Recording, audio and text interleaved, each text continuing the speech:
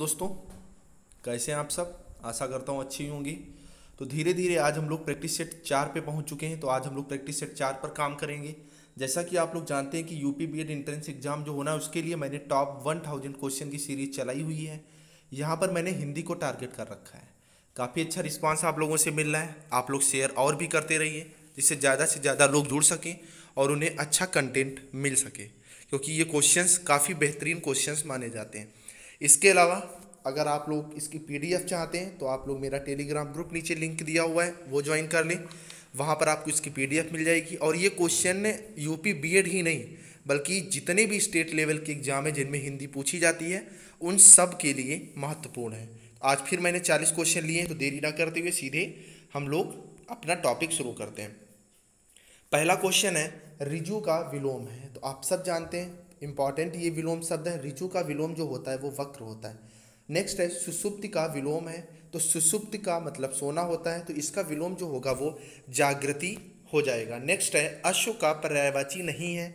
घोड़ा होता है, घोटक होता है होता है, तुरंग होता है घोड़े का पर्यायवाची, परंतु तरंग जो होता है ये लहर का होता है, वीची का होता है। ठीक है, तो ऑप्शन ए हमारा इसमें गलत हो जाएगा। नेक्स्ट क्वेश्चन है निम्नलिखित में से मोक्ष का पर्यायवाची शब्द है। तो मोक्ष का मतलब किसी से छुटकारा पाना, मतलब मोक्ष पाना होता है। नेक्स्ट है अंधे को दीपक दिखाना। तो अगर आप अंधे को दीपक दिखाएंगी तो क्या होगा, अंधे का रास्ता रोशन करना, गलत है। ना समझ को उपदेश देना, कुछ हद तक हो सकता है। ना समझ को रोशनी देना, ये सब गलत है। तो ऑप्शन बी ही इसमें हमारा राइट आंसर है। अगला है अपने मुंह मियाँ मिट्ठू बनना। सबसे ज़्यादा बोली जाने वाली कहावत आप लोगों ने अपने घरों में भी सुनी होगी, और आप अगर हिंदी आपने ले रखी है अपने एकेडमिक सेशन में तो आपने ये मुहावरा जरूर पढ़ रखा होगा। अपने मुंह मियाँ मिट्ठू बनना मतलब अपनी प्रशंसा स्वयं करना। नेक्स्ट है उज्ज्वल का संधि से बना शब्द है। आप लोगों को मैं यहाँ थोड़ा अवगत कराना चाहता हूँ कि ये जो उज्ज्वल शब्द है ना, इस जिसका जो संधि विच्छेद होता है ये उत्त प्लस ज्वल होता है। ठीक है, तो इसमें क्या होता है, डाउट कहाँ उत्पन्न होता है बच्चों को, इसमें डाउट यहाँ पर उत्पन्न होता है। बच्चे उज्ज्वल इस तरह से लिखते हैं, एक जा पूरा बनाते हैं और एक जा आधा बनाते हैं। अब वो आगे वाला आधा बनाए चाहे पीछे वाला आधा बनाए ये बच्चों पे डिपेंड करता है, लेकिन इसका जो सही होता है वो दोनों जा जो होते हैं वो आधे होते हैं। आप लोग ध्यान रखिएगा, ठीक है, क्योंकि जहाँ पर उत उपसर्ग आएगा उससे आपके आधे जा का ही निर्माण होगा, और नेक्स्ट में ज्वल है उसमें भी आधा जा है। इस वजह से ऑप्शन डी हमारा राइट आंसर है। एग्जाम में पूछा जाने वाला सबसे ज़्यादा बार पूछे जाने वाला संधि विच्छेद है और सबसे महत्वपूर्ण है। नेक्स्ट है नि प्लस चेस्ट का संधि क्या होगी, तो निश्चेष्ट, ऑप्शन बी राइट आंसर है।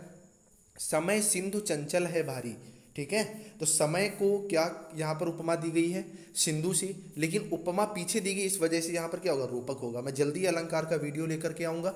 अगर आप लोगों को हिंदी की डिटेल वीडियो चाहिए तो लिंक डिस्क्रिप्शन में है, आप लोग हिंदी की प्लेलिस्ट में जाएं।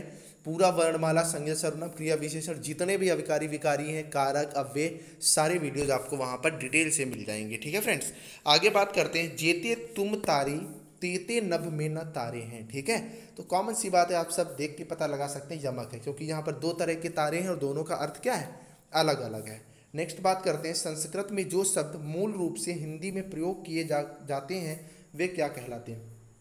तो संस्कृत के मूल शब्द जो हिंदी में प्रयोग किए जाते हैं वो तत्सम कहलाते हैं। स्टूडेंट्स को बहुत डाउट रहता है, कोई तद्भव कोई देशज पता नहीं क्या क्या लगाते हैं। आप लोगों को मैं बता देता हूँ कि तत्सम ही लगा करके आइएगा, बहुत इंपॉर्टेंट क्वेश्चन है। नेक्स्ट है सूरज का तत्सम शब्द क्या है, तो सूर्य है। अगला है जिसे यह न जान पड़े कि क्या करूं और क्या ना करूं, तो किंग कर्तव्य विमूढ़ होता है उसका, आप लोग ध्यान रखिएगा। कर्तव्य विमूढ़ ना होकर के किंग कर्तव्य विमूढ़ इसका राइट आंसर होता है। नेक्स्ट है निम्नलिखित में से कौन सा शब्द सारंग का अर्थ नहीं है। तो इसमें शहद जो है वो सारंग का अर्थ नहीं है। पपीहा कामदेव और राजहंस जो है वो सारंग के अर्थ है। नेक्स्ट है अशुद्ध वर्तनी का चयन करिए। साधु सही है, शून्य भी सही है, सांसारिक भी सही लिखा हुआ है। ऑप्शन डी हस्तक्षेप ना होकर के इसमें हस्तक्षेप होगा। नेक्स्ट है आजकल के घरों में एक सुसज्जित कक्ष अवश्य होता है। तो सुसज्जित जो कक्ष यहाँ पर कहा गया है, जो आपका मेन रूम होता है, तो आप सब जानते हैं कौन सा होता है, उसे हम लोग बैठक कहते हैं। नेक्स्ट क्वेश्चन पे बात करते हैं आंचलिक रचनाएं किससे संबंधित है।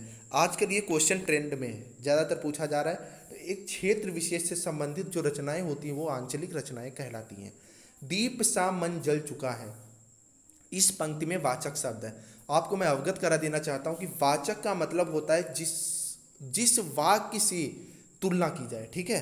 तो दीप और मन दो हो गए और तुलनात्मक वाक्य यहाँ पर सा है, तो सा जो है हमारा ये वाचक शब्द है। नेक्स्ट है निगूढ़ में कौन सा उपसर्ग प्रयुक्त हुआ है, तो निगूढ़ नि प्लस गूढ़ निगूढ़ बनता है, तो नि उपसर्ग का यहाँ पर प्रयोग हुआ है। निम्नलिखित अगला है निम्नलिखित में से कौन सा अव्ययी भाव समास नहीं है, तो यथार्थ प्रतिमास प्रतिदिन आयव्यय।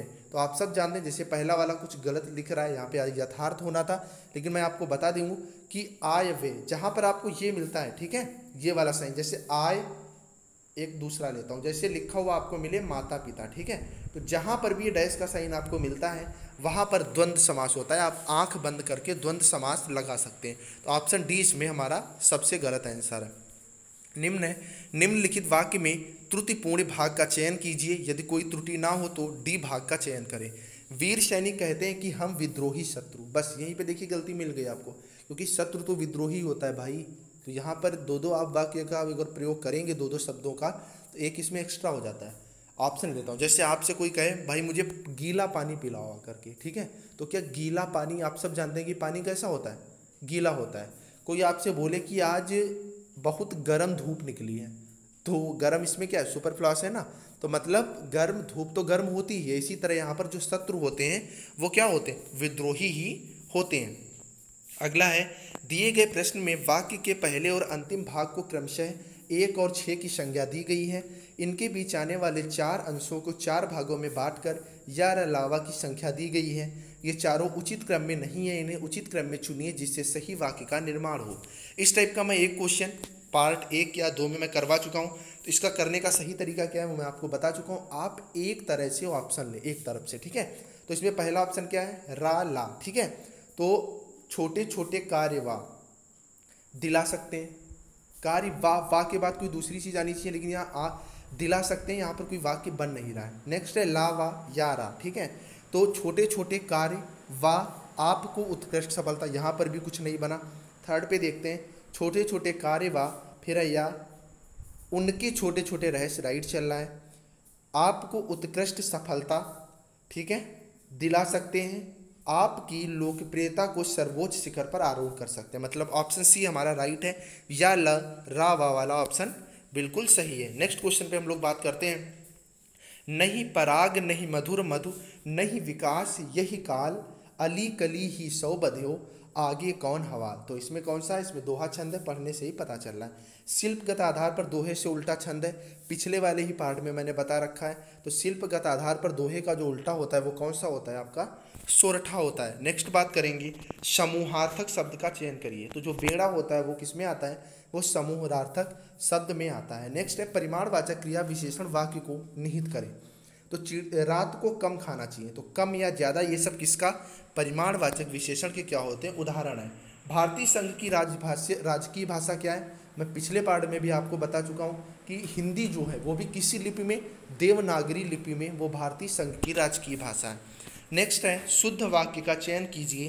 पहला है आज घोड़ा दौड़ भी होगी, तो आप सब जानते हैं घुड़दौड़ बोलते हैं ना कि घोड़ा दौड़ बोलते हैं।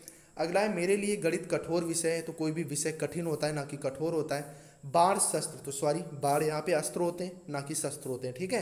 तो ऑप्शन डी जो है गरीबों के लिए निःशुल्क शिक्षा की व्यवस्था है, यही हमारा शुद्ध वाक्य है और यही हमारा राइट आंसर है। अगला है विकारी शब्द कौन सा है, तो आपको मैं बता दूं विकारी शब्द हमारे 4 होते हैं, कौन कौन से, संज्ञा सर्वनाम क्रिया विशेषण, और 4 हमारे अविकारी होते हैं जो बचे हुए होते हैं। तो इसमें है क्या, लड़का जो है ये संज्ञा है, इसी वजह से ऑप्शन बी हमारा बिल्कुल राइट आंसर है। नेक्स्ट है नीचे दिए गए शब्द युग्म के सही अर्थ भेद का चयन कीजिए।